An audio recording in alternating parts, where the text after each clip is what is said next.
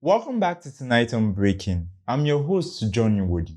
Here are some of the events that happened this week. The International Monetary Fund, or as we like to call it, the IMF because it sounds so much fancier, has changed its prediction about how much Nigeria's economy will grow. Last week, the IMF revealed Nigeria's economic growth is expected to drop from 3.3% in 2022 to 2.9% in 2023. Which basically means that the country's economy is not expanding as rapidly as it should, which in turn can have wide-ranging impacts on the well-being of a country's citizen, the stability of its financial markets, and the ability of the government to provide services and manage its finances.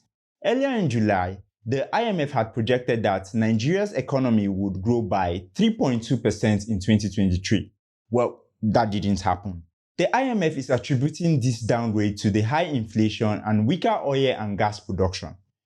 But wait folks, speaking of oil, what ever happened to that Dangote oil refinery?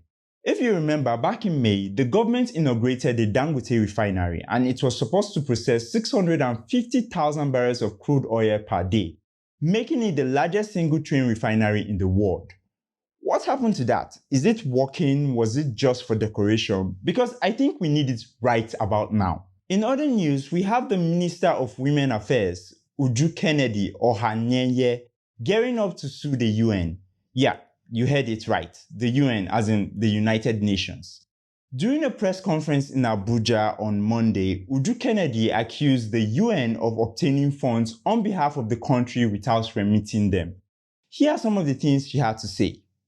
And I stand here as the Minister of Women Affairs to demand from UN, all the UN, that we want account of all the money they sourced from donors in the name of Nigeria from 16th of October to November 15th.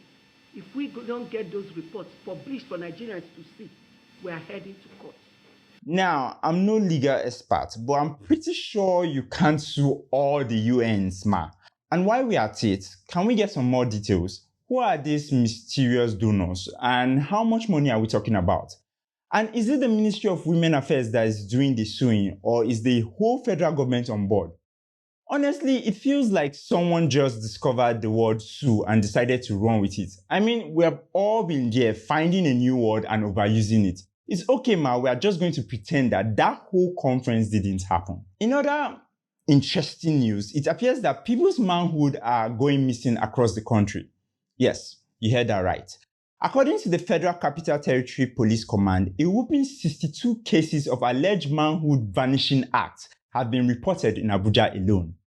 Apparently, this phenomenon occurs after a casual handshake or having contact with someone who possesses some mystical powers. In fact, it's so serious that a woman narrowly escaped a mob attack after being accused of stealing a man's genitals in Abuja. But honestly, shouldn't they be asking the men to show us their no genitals if they claim it's missing? I mean, in the age of distraction, it seems we have invented something new to be paranoid about.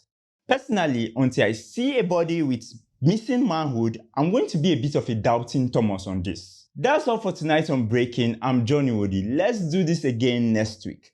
Thank you.